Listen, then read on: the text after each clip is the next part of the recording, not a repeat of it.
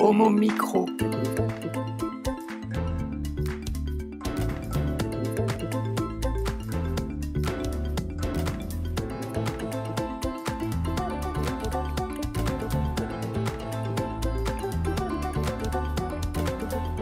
Bonsoir à toutes et à tous, merci de rejoindre l'émission qui se prend Homo, la première émission LGBT, il faut vraiment le dire. Ça surprend toujours notre ami Eric qui est avec nous ce soir. Bonsoir Eric Garnier, comment ça va? Oui, bonsoir, mais mais c'est depuis qu'on a eu notre bel article dans Télérama, peut-être qu'on est encore plus les numéros 1. Ouais.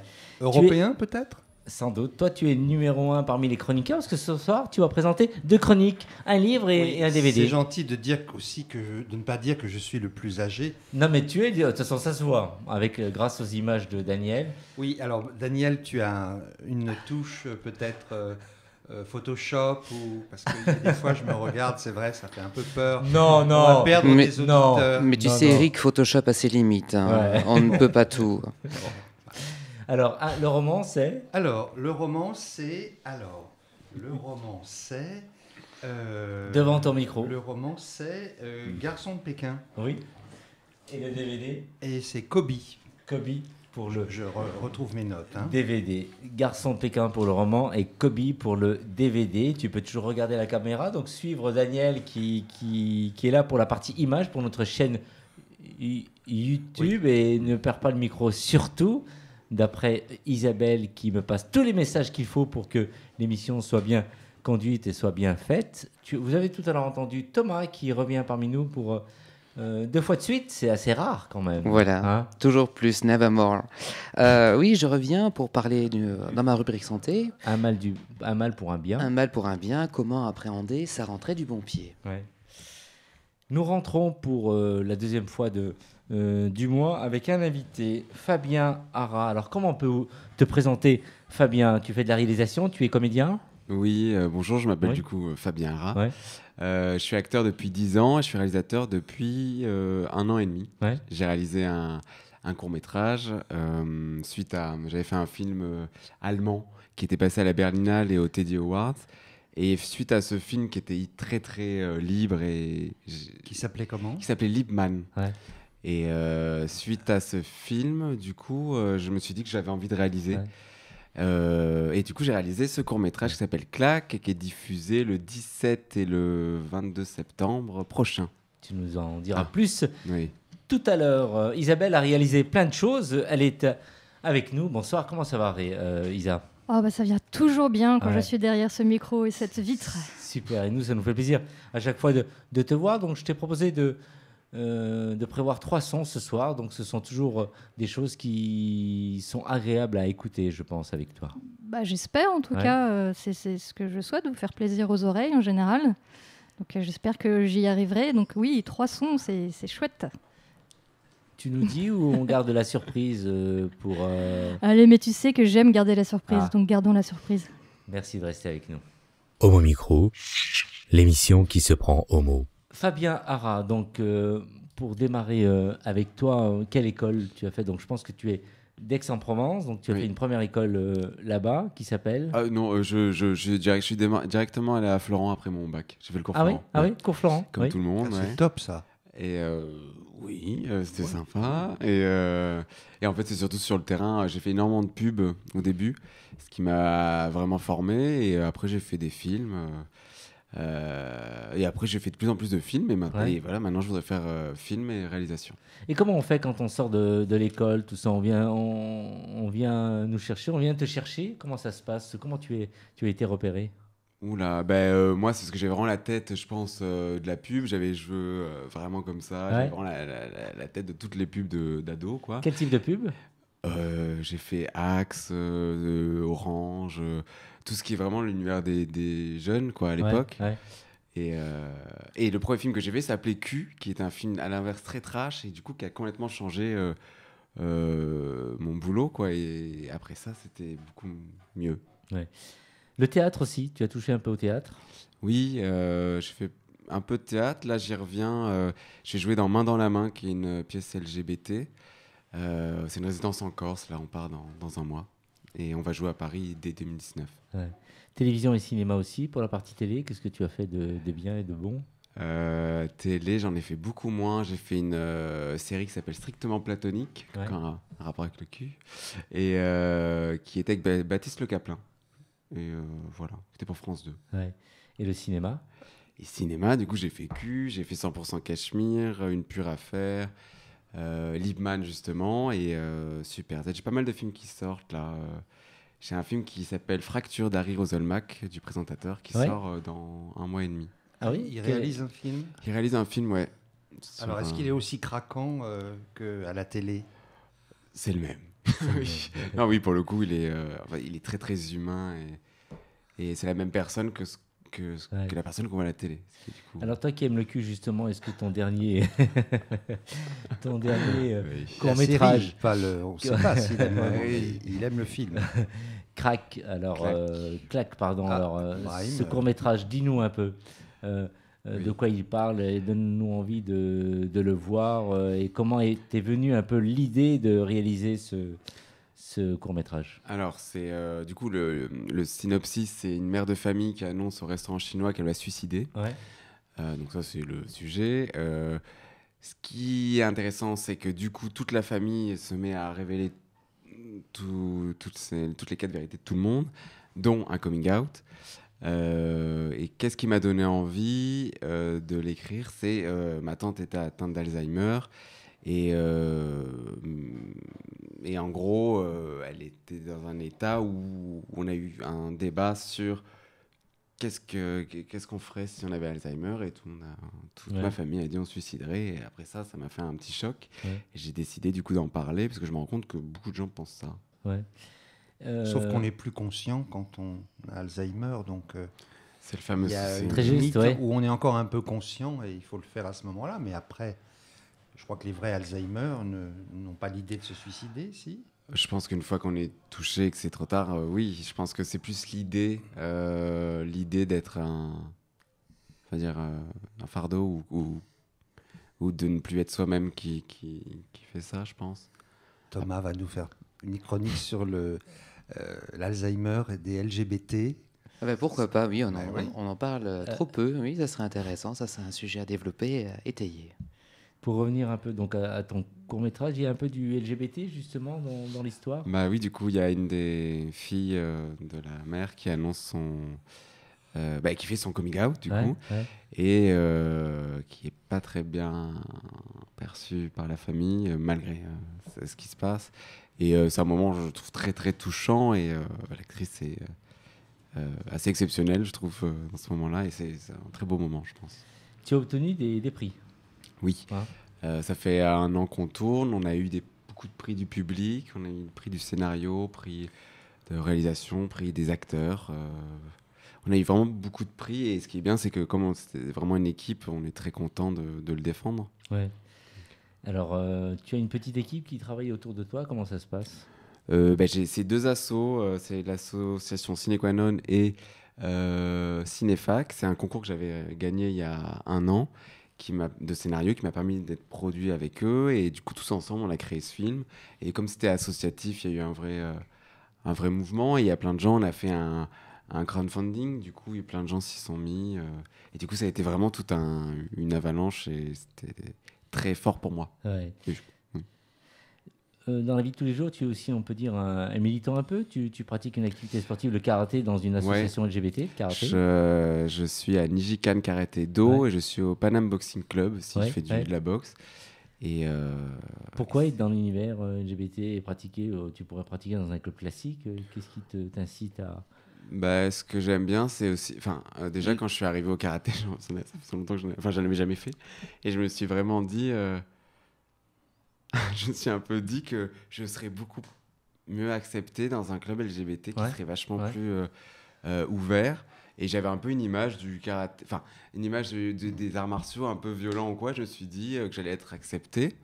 Et j'étais très très bien accepté. Et c'est du coup, c'est une 2e famille et 3e famille maintenant. Et je t'aime beaucoup. Ouais. Avoue que c'est aussi un petit peu pour les vestiaires. Ça, je n'en parlerai pas. Même un tout petit peu, qu'est-ce qui se passe réellement? Mais pour le coup, il se passe rien dans les vestiaires. Pour le coup, je pense que... Non, mais vraiment, il se passe rien dans les vestiaires. On se douche, quoi. Pour tout ce qui concerne donc, ton métier de comédien et de tout ce qui concerne la réalisation, quels sont tes projets aujourd'hui? Qu'est-ce que tu aimerais faire? J'imagine, comme beaucoup, un long métrage, jouer dans un grand film. Dis-nous un peu. Oui, ben là, j'attends la répercussion de mon métier d'acteur qui, j'espère, va m'apporter d'autres films. Et sinon, en réalisation, j'aimerais bien faire mon long métrage qui découlerait de mon court métrage. Et voilà, j'espère qu'avec tout ce qu'on a eu et toutes les projections, ça va se faire. J'ai l'impression que tout se fait simplement pour l'instant, donc j'espère que ça va continuer. Ouais. Tu as déjà des choses écrites? Tu as un film déjà qui est Oui, tout prêt, j'ai un film en préparation qui est une grand-mère qui prend en otage une église. Ouais. J'en dis pas plus. Ah oui. Et voilà. Et, le pape intervient à un moment donné, non? Non, mais ça parle de religion. Ouais. Ah, bien. Intéressant. Donc tu n'en dis pas plus, d'autant plus que la religion... Oui, pardon. Ouais. J'allais dire, Eric, la religion, donc tout le monde en parle en ce moment. Oui. C'est vrai que je veux absolument arriver, avant de mourir, à m'être débaptisé, absolument. Comment on appelle ça? L'apostasie, c'est ça? Ouais. Alors, il y a eu sur Facebook des gens qui ont mis un peu le mode d'emploi, etc. Mais il faut que j'ai le courage de le faire, quoi. Ouais. Après que j'ai terminé mon livre, à ce moment-là, je vais faire ça. Alors, peut-être dans un passage du film, on pourrait avoir quelqu'un qui souhaite se débaptiser et il donne peut-être des idées, Eric, non? Oui. Pour le coup, oui. Je pense quelqu'un qui veut cracher son bulletin de baptême. Voilà. Dans tous les cas, oui, je pense que le but, c'est aussi de casser un peu sur la religion. Enfin, le but, c'est de casser un peu sur tous les soucis d'aujourd'hui, je pense. Quel est l'avis de... Pour le prêtre pédophile, peut-être que tu peux prendre... je sais pas, il y a quelqu'un dans l'équipe qui t'intéresserait ou... J'ai déjà l'acteur parfait pour le Quoi pédophile. Hein? Pourquoi tu voulais te présenter, Eric? Eric, oui. Tu pensais à toi, Eric? Non. Je ne savais pas que tu étais prêtre. C'est vrai que tu fais un peu prêtre, Eric. Mais oui. J'ai eu peur de la fin de ta phrase. Heureusement que tu t'es arrêté à prêtre, Brahim. C'est vrai qu'il fait très prêtre. Point. La vie de Fabien en ce moment, c'est quoi? Donc c'est le sport, comme on a évoqué tout à l'heure. C'est donc la préparation de ce film. Et c'est quoi d'autre? J'avoue que le boulot me prend quasi toute ma vie. Donc en gros, c'est le sport et mon taf. Ouais. Et on verra plus tard. Ouais. Alors le court-métrage que tu viens de nous évoquer, donc il va y avoir 2-3 passages dans les jours qui viennent, où il est diffusé, on pourra aller le voir. Ouais, il est diffusé le 17 septembre à C'est pas ta qui compte, le best-of. Ouais. Le 20 septembre au Pat TV Plaire pour la reprise des lauréats du Festival de la Comète, où j'ai eu le prix du scénario. Bien. Pour les personnes qui souhaiteraient aller te voir aussi au karaté pratiquer et qui seraient intéressées par pratiquer le karaté, ils pourraient faire comment pour rejoindre ton club? Alors, il faut aller sur Internet et taper Nijikan Karaté Do, donc c'est un peu compliqué, ou taper FSGL et karaté, ce sera plus simple à mon avis. Et les contacter. Comment se porte le cinéma français aujourd'hui, toi qui es dans le milieu? Se porte bien? Ou moins bien sans toi? Moins bien sans moi. Non, ce qui est sûr, c'est que, selon moi, y a un vrai souci dans le sens où on a des films comiques qui ne sont pas drôles et non, pas du tout. Des films dramatiques qui sont chiants, je trouve. Et du coup, je pense qu'aujourd'hui, on est une espèce de nouvelle génération qui veut essayer de mélanger les deux. Ouais. Et j'espère que ça va le faire. En tout cas, moi, j'ai envie de bouger les choses. Il faut voir les autres. Mais... C'est vrai que les films comiques qui sont pas drôles, chez les comiques, on voit toujours les mêmes d'ailleurs, un peu partout. C'est ça le problème. Le problème, selon moi, c'est qu'on ne défend pas des vrais sujets. On parle de comédie sur des sujets légers, alors que ce qui fait rire, je pense que c'est des drames qui font rire, du coup. Selon moi. Donc, on s'en fout un peu, je trouve, de parler bêtement de... Tu aimes bien le côté les drames font rire. Ouais, trash, si, mais il y a des choses. Oui. Pour moi, l'humour anglais, moi, c'est ce qui me fait vraiment rire. Quand il y a des gens il se passe vraiment quelque chose, je trouve que là, on peut rire. Mais en général, on rit de quelqu'un qui se casse la gueule, pas quelqu'un où tout va bien. Ouais. C'est vrai.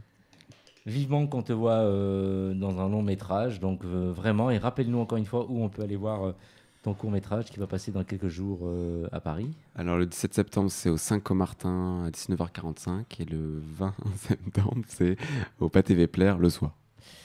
Merci Fabien d'être passé par Homo Micro et vivement que tu reviennes vers nous pour nous présenter. Clac. C-L-A-Q-U-E. C-L-A-C. Il n'y a pas de Q là. Il n'y a pas de Q dans ça, j'essaie de faire attention. Et vivement que tu reviennes vers nous pour nous parler de ton long métrage. À fond. Merci beaucoup. À très vite Fabien. Homo Micro, l'émission qui se prend au mot. Avec nous ce soir Thomas, que vous entendrez tout à l'heure dans sa chronique santé. Pour la partie image, nous sommes avec Daniel qui nous filme pour notre chaîne YouTube. Et tout de suite, on écoute Eric C'est-à-lire qui présente un roman, Camarade de Pékin. Oui, alors c'est un peu un mot de passe entre homosexuels en Chine. Parce que, voilà, être gay, dire qu'on est gay, c'est pas évident. Ça l'était encore moins il y a à peu près 25 ans, à l'époque des événements de la place Tiananmen, dont on se souvient tous, sauf Thomas qui n'était pas né. Et ce roman... J'ai 22 ans, c'est vrai. Camarade de Pékin, paru chez Kalman Levy, donc la même maison d'édition que toi, est d'un auteur, c'est un pseudo, bien sûr, parce qu'il ne peut pas publier un roman comme ça en Chine sous son vrai nom, Bai Tong. Voilà. Alors, de quoi s'agit-il ? Il s'agit d'une histoire d'amour qui... Alors, ça m'a rappelé un film qui était paru il y a pas une quinzaine d'années et qui est chez... Épicentre qu'on peut trouver, qui s'appelait Lanniu. Et ce Lanniu du film, c'est un des deux personnages du roman qui nous met en tête à queue, si je puis dire, en tête à tête, deux hommes. Alors un peu plus âgé, qui s'appelle Han Dong. Un peu plus âgé que Lanniu. Lanniu est un jeune étudiant en architecture d'une famille très modeste, paysanne, alors que Han Dong, lui, est un jeune entrepreneur. Alors ça tombe au moment où le communisme reste une dictature terrible, mais où le communisme se transforme en capitalisme, qui d'ailleurs aujourd'hui est un capitalisme sauvage. Et ce jeune entrepreneur, donc, d'une famille bourgeoise, pense surtout à faire de l'argent. Il couche avec beaucoup de femmes. Et puis, de temps en temps, un homme. Et il va rencontrer Lanniu, qui est un jeune chinois, donc. Il va coucher avec lui et petit à petit tomber amoureux de lui. Et c'est un problème parce que dans sa famille bourgeoise, il doit absolument se marier. J'ai retrouvé une petite étude qui avait paru il y a à peu près une quinzaine d'années dans un magazine gay qui disait, à l'époque, 80% des homosexuels chinois se marient à une personne du sexe opposé, bien sûr. Donc, Han Dong, il va être pris dans cette tradition à laquelle il ne peut pas échapper. Il va se marier avec une fille qui lui plaît.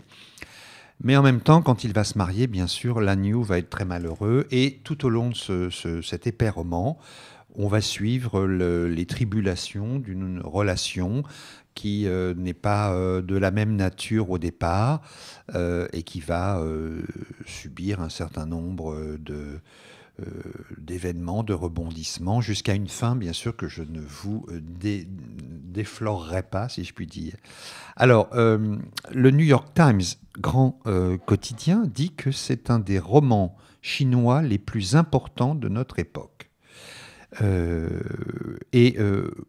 peut dire que il n'y a rien de spécifiquement chinois. C'est-à-dire, c'est pas un roman pour être dépaysé, pour savoir quelles sont les vieilles traditions, si ce n'est qu'il faut se marier, c'est tout, comme dans les pays arabes. Et c'est un roman homosexuel, d'amour homosexuel dans la Chine d'aujourd'hui. Donc il n'y a pas de...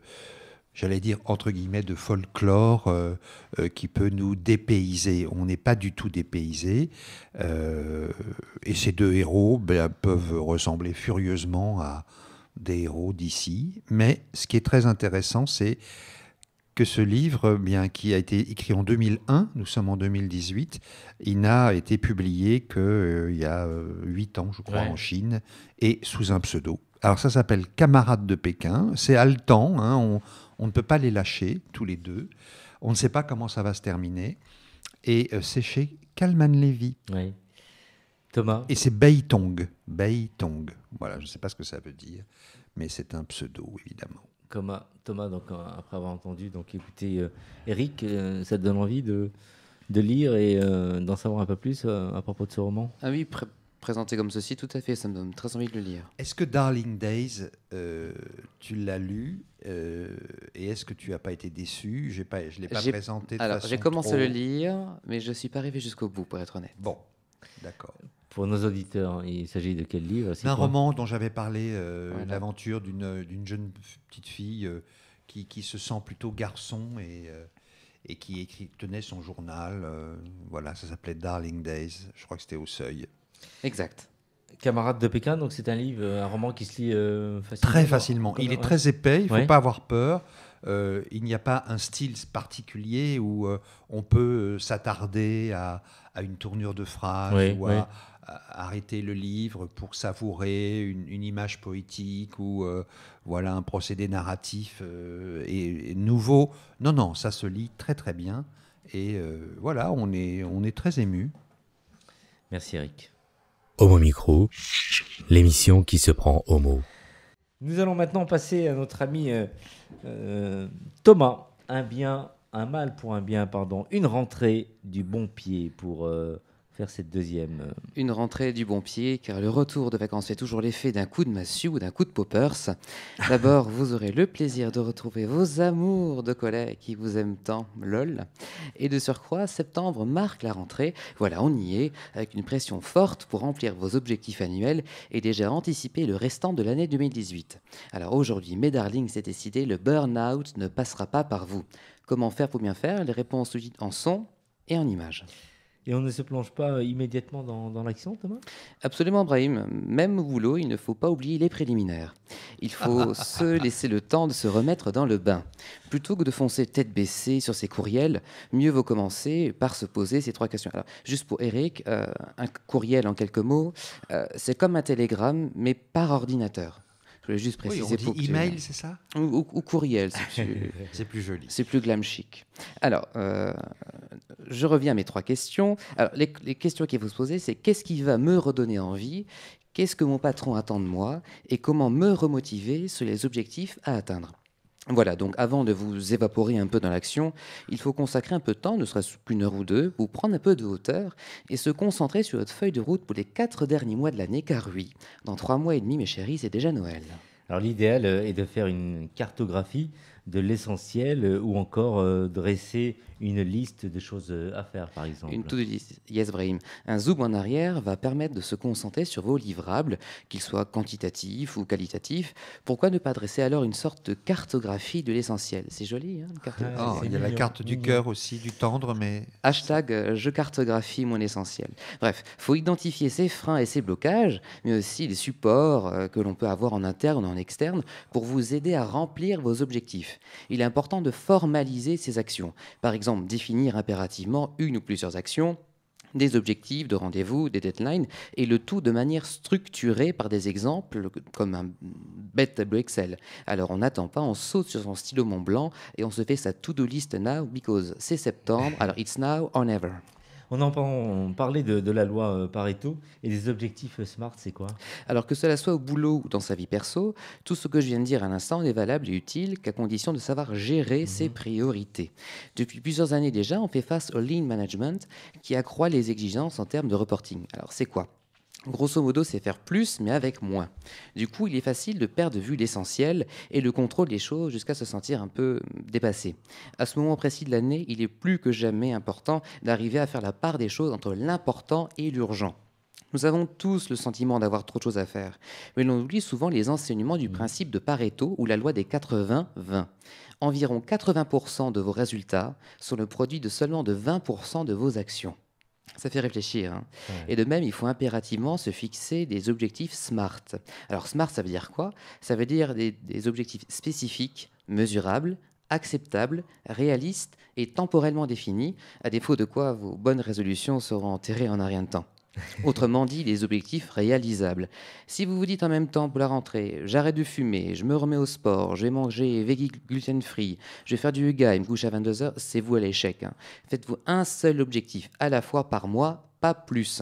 Une récente étude d'ailleurs a montré que c'est même pas 1 par mois, c'est 21 jours. Un objectif par tranche de 21 jours, pas plus, pas moins.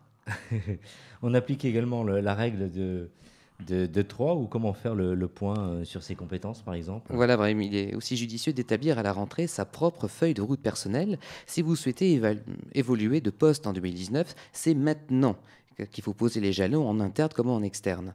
Cela vous oblige à réfléchir, bien évidemment, à votre projet pro, à vous demander où vous en êtes de votre courbe d'expérience, ou encore si vous avez envie de changer de crèmerie. Avec ces conclusions en tête, dressez une liste de vos 3 principales forces qu'il s'agira d'entretenir et de valoriser, et de vos 3 principales faiblesses qu'il s'agira d'améliorer. C'est ça la règle 3. Alors pourquoi faire ça? L'idée est d'identifier où est votre marge de progression et de décider des actions à mettre en œuvre en conséquence. Don't forget my beauté, le désir d'apprendre est le premier moteur de votre life. Amusez-vous ce soir, faites la règle des 3. En plus, c'est souvent demandé en entretien d'embauche, ces 3 qualités, ces 3 défauts, donc discernez-les et surtout domptez-les. Tu es loin de tout ça, Eric, non? Tout ce qui concerne le côté professionnel. Oui. Heureusement que je n'ai pas eu à faire tout ça. Non, c'est vrai que...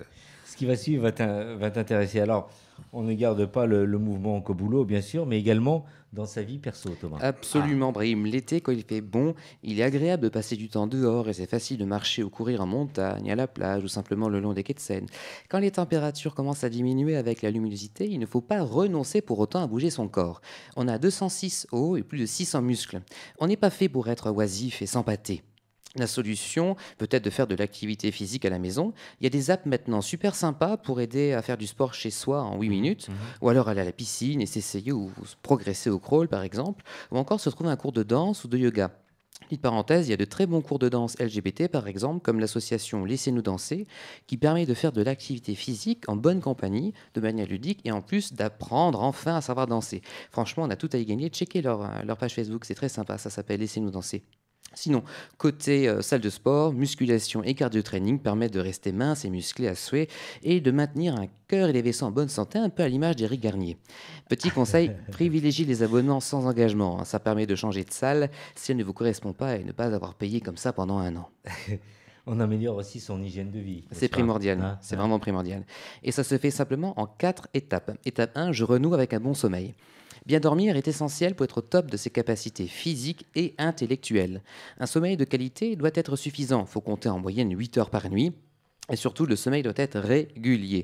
Horaire fixe de coucher et de lever. Donc fini les visionnages de Netflix jusqu'au petit matin. On se réhabitue à s'endormir avant minuit et à ouvrir les yeux vers 8 heures. En programmant un petit réveil. Alors, comment avoir un réveil au top? Il y a 2 solutions.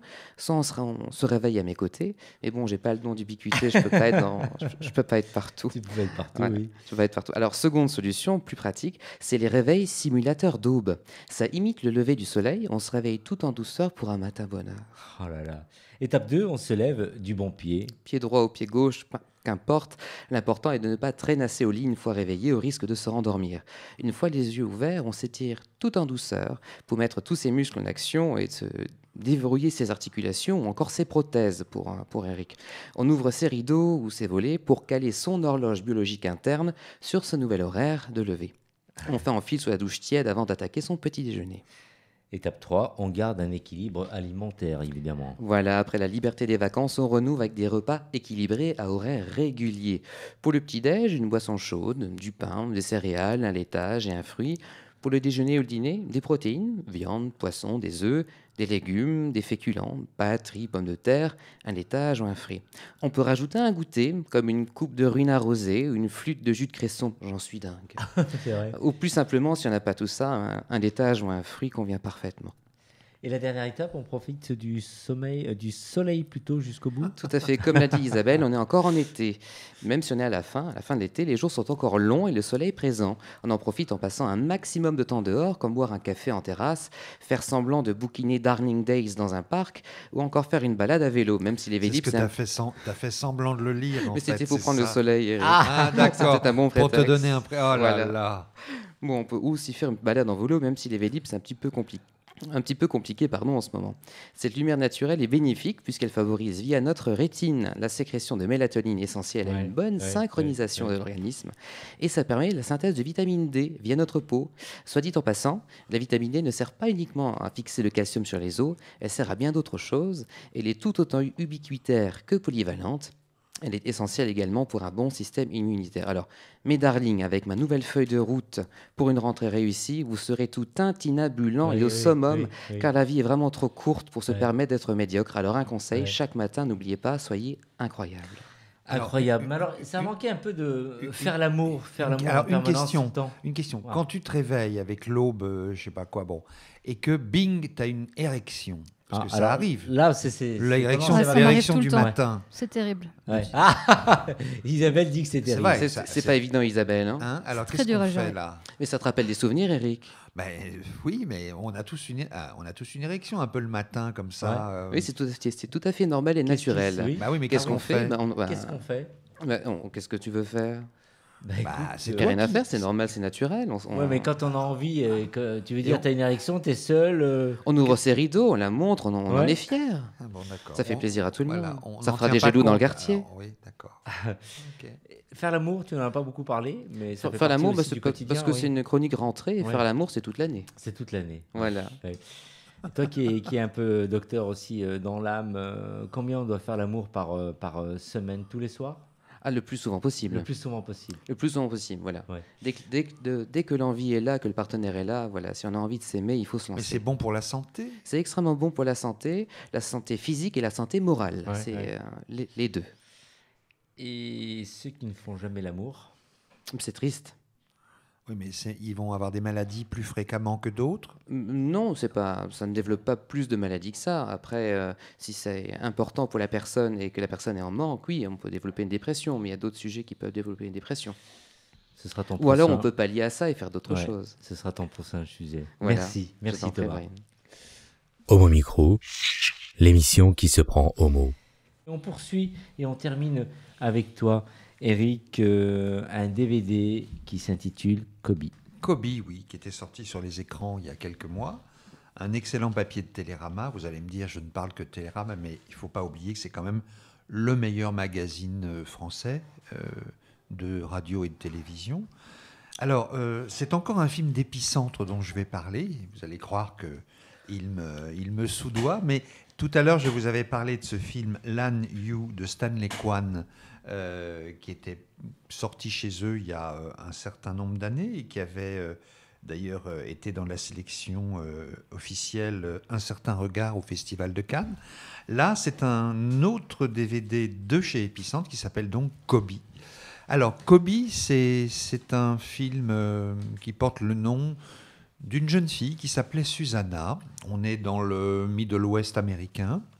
On est dans les années d'aujourd'hui. Enfin, c'est vraiment un film qui est dans l'actualité. C'est un reportage, un documentaire autour de Susanna qui a 23 ans, après toute une série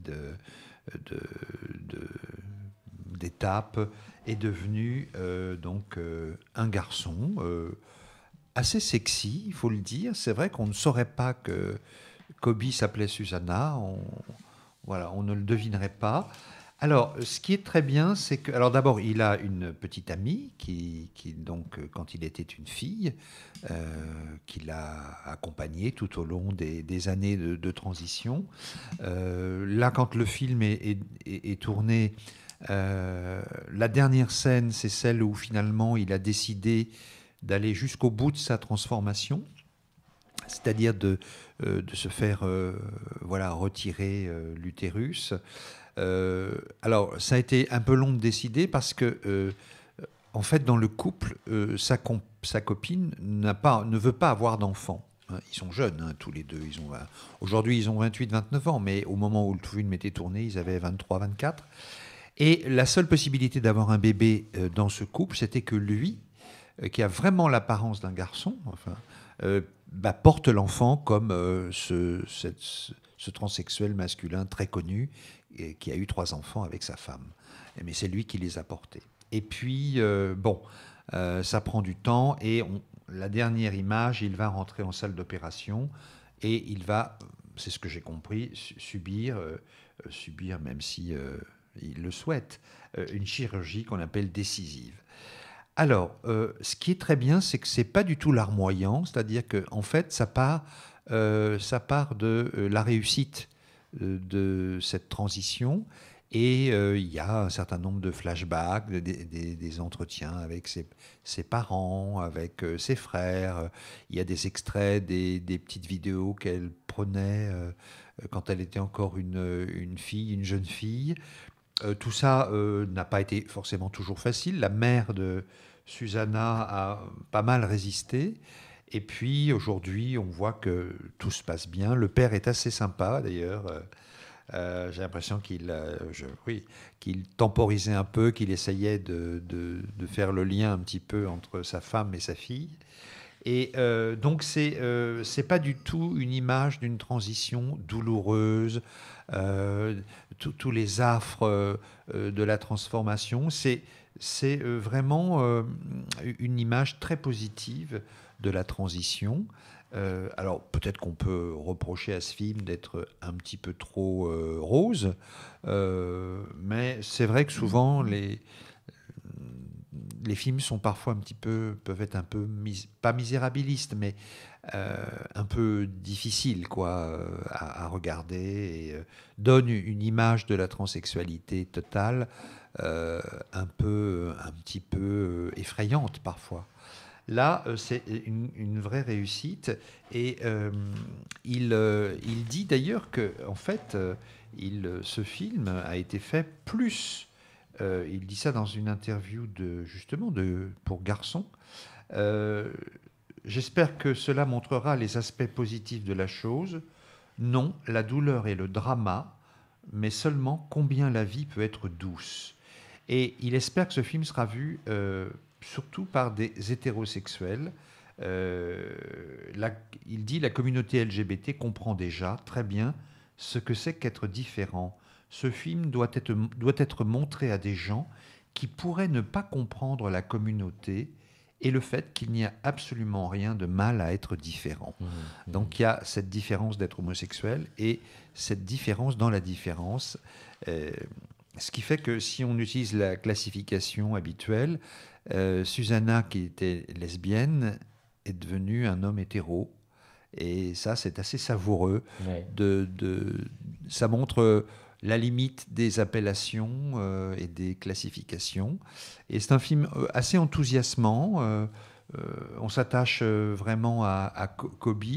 Et un des bonus, c'est un entretien là, réalisé peu de temps avant le DVD. Et on voit un garçon de 30 ans maintenant, très heureux.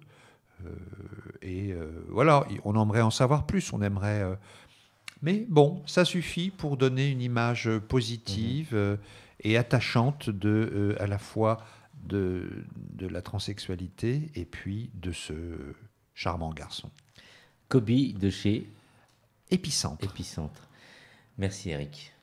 Homo Micro, l'émission qui se prend homo. Isabelle, on a parlé tout le long de l'émission pour revenir à cette soirée de samedi. Oui, j'en ai un tout petit peu parlé. Oui, c'est la soirée donc de lancement de la nouvelle saison de Good Morning Lundi. C'est à Paris. Bon ouais. C'est un scoop là. Ouais, pourquoi tu attends la fin de l'émission pour nous en parler? Je n'ai pas osé. C'est à quelle date? Alors c'est samedi, c'est le 15 septembre. Le 15. Ah. Ouais. Et ce sera à la Mutinerie, à Paris. Ouais. Mais vous pouvez venir de région. Hein. C'est le moment de monter à Paris, justement, faire la fête avec nous. Et surtout, c'est une soirée pour soutenir aussi Gouinement Lundi, car on a 10% des recettes du bar qui seront reversées à Gouinement Lundi. Donc, on en a besoin parce qu'on est toute une équipe de bénévoles et il y a des cotisations à payer à la radio et voilà, quelques autres frais. Donc, venez nous soutenir, venez nous découvrir. Voilà. Ah. Pour celles et ceux qui ne savent pas où ça se trouve, la Mutinerie, c'est dans quel arrondissement de Paris? C'est au niveau de Beaubourg, donc c'est dans le 4e arrondissement, après, 3e. Voilà. Tu y vas pas souvent à la mutinerie, j'ai l'impression. Mais si, c'est juste que je connais pas très bien mes arrondissements de Paris, ceux du milieu, parce qu'ils sont tout petits et je sais jamais lesquels sont lesquels. Le 4e et le 3e sont tellement imbriqués l'un avec l'autre, c'est à une rue près. Merci Thomas, parce que c'est tout à fait ça. Parce qu'on va dire, mais c'est quoi cette Parisienne de Bâle, mais en l'occurrence, le 3e, 4e. Tu pourras toujours compter sur moi, Isabelle. C'est formidable. Donc c'est le 25, c'est ça? Un truc entre Thomas et moi, c'est fou. C'est donc le 16 septembre. Le 16 ou le 15? Oh là là. Mais non, mais parce qu'en fait, je voudrais signaler une autre soirée qui se passe le 16 septembre, donc le lendemain, le dimanche. C'est la soirée de soutien aux lesbiennes dépassent les frontières. Donc dimanche 16 septembre à partir de 18h, donc c'est encore à Paris, au Tango. Les lesbiennes dépassent les frontières, on les avait reçues à Homo Micro. C'est un réseau de solidarité par et pour des lesbiennes réfugiées et demandeuses d'asile.